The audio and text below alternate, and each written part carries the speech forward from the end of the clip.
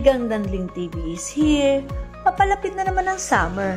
Ramdam nyo ba? Kaya naman, dadalhin ko kayo sa isang resort na dito lang matatagpuan sa lungsod ng San Pablo. Ito ang A22 Azores Resort.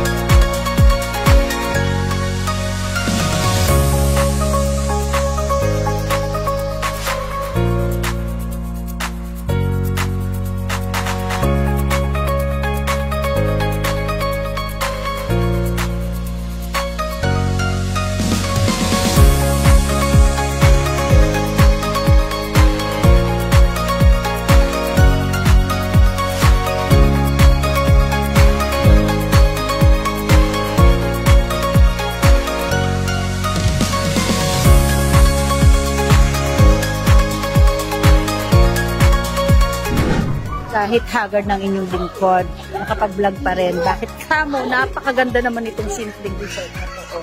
Tingnan nyo, oh. Napakaganda ng kanilang swimming area.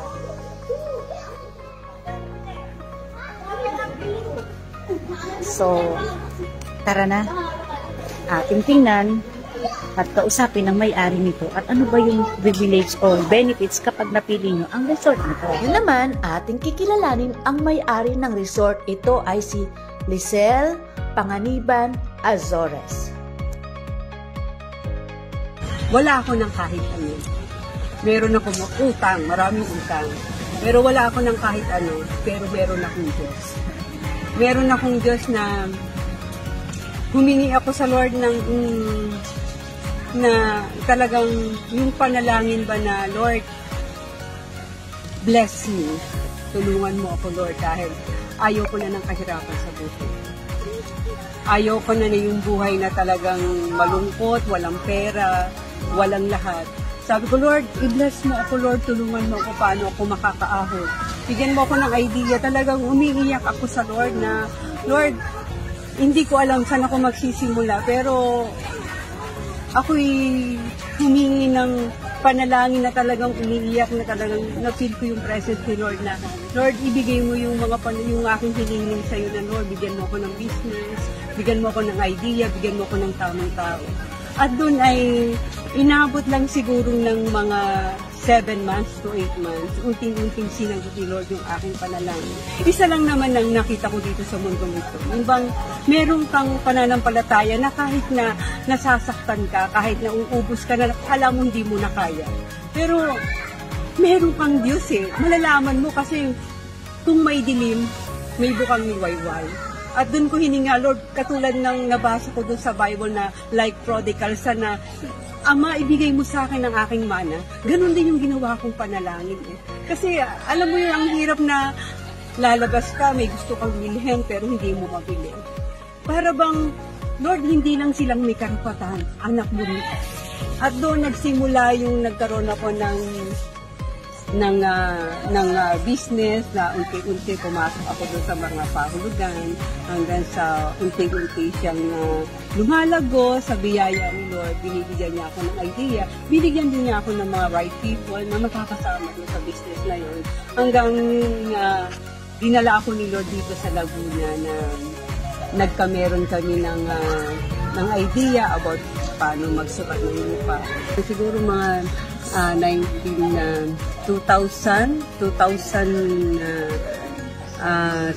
yan. Tuloy-tuloy na yung blessing ni Lord na yon na talagang minsan hindi ganun kalakas sa income, minsan tumataas. Alam mo yung routine niya, hindi ganun dire-diretso. Pero pinagpatuloy mo ang pag-maintenance. Pero huwag kang bibitaw. Lalaban ka. Ganun naman talaga ang buhay mo. Tuloy-tuloy lang, hindi ka hihinto hanggang sa makuha mo yung gusto mo. Kasi pag huminto tayo, doon tayo matatalo. Yung alam mo na kahit na, ba hindi, ilalaban ko pa rin ito. Alam ko naman, lahat naman ng bagay, alam naman talaga ni Lord yan. timing lahat na ito binigay ni Lord, ito siguro minsan kaya inaalis sa buhay mo, merong mas magandang kapalit. Meron akong mga product na mga binebenta, like po yung mga pre-love ko, mga minsan sa TikTok shop, meron din na kahit papaano na at least marami tayong mga pwedeng mga businesses na pwedeng pagkakuhanan na kahit papaano makakatulong talaga. So that's why kahit na maraming humihingi ng tulong, lumalapit sa iyo, meron kang ibibigay. Alam mo yon, hindi ka naman pagsasaraduhan ni Lord pag alam ni Lord na marunong kang tumulong. Kaya naman hanggang ngayon, salamat kay Lord na dito sa mundo, basta kung ano lang yung pinagagawa sa iyo ni Lord, tuloy lang ang laban. Hindi tayo kailangang huminto. Binibigyan tayo ni Lord ng wisdom, ng idea para gawin natin yung kalooban ni Lord. Alam niyo ba na si Rizal ay isang TikTokers din? Pumapalo lang naman ng 20k ang followers. O di ba bongga? Ginagamit niya to para magbenta ng gamit, lifestyle at higit sa lahat, ginagamit niya to upang ipahayag at ipakita sa tao ang mahigpit niyang pananampalataya sa Diyos. Kaya hindi kataka-taka na siya ay super blessed pagdating sa anumang bagay sa kanyang buhay. Meron po tayong 12 rooms yan. Talagang hindi naman siya mahal, napaka-cheapest po na ating presyo. Meron po tayong 1,000, 1,500 sa ating mga room. Yung family room po natin, meron tayong 4,000. And ang mga amenities po naman, meron tayong billiard na pinapaayos lang po natin at video okay, yan. Meron. Pwede rin po tayong mag-volleyball. Yung rate po, ito po by group, per head? Depende po kung anong gusto ng client, kung gusto nilang private, o pwede din po natin per head. Pag magkano po per head ngayon? Lalo na summer ngayon. 150 per head. Plus, additional na lang po yung mga cottages. Yes. Yes.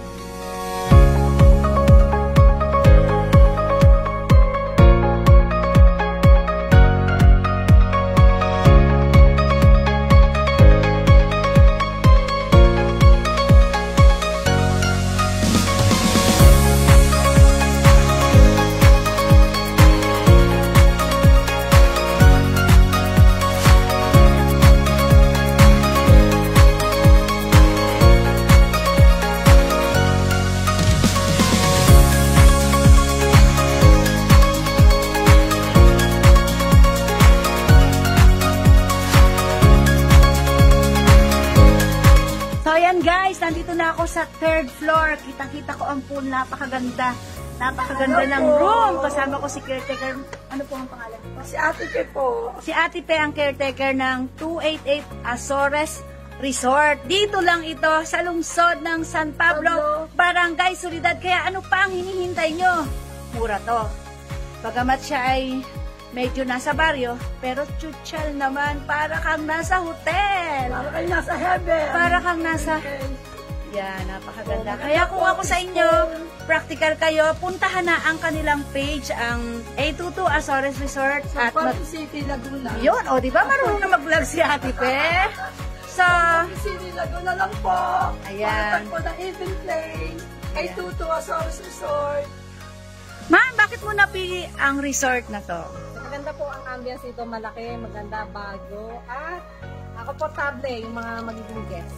Hindi ba ito sobrang may kamahalan? Kasi napakaganda eh. Naku, murang-mura, affordable, may discount pa sa may-ari, si Mang Giselle Azores. Ayun, may sasuggest mo ba ito sa mga friend mo? Yes, highly recommended mga friends. Dito na kayo magpa-accommodate na inyong mga events, birthday, wedding, pwede overnight, pwede. Mukhang pwede rin mag-zumba dito, no? Yes, pwede. Ayun po yung kanilang pool na napakalawak. Wala namang business na nagsisimula sa malaki.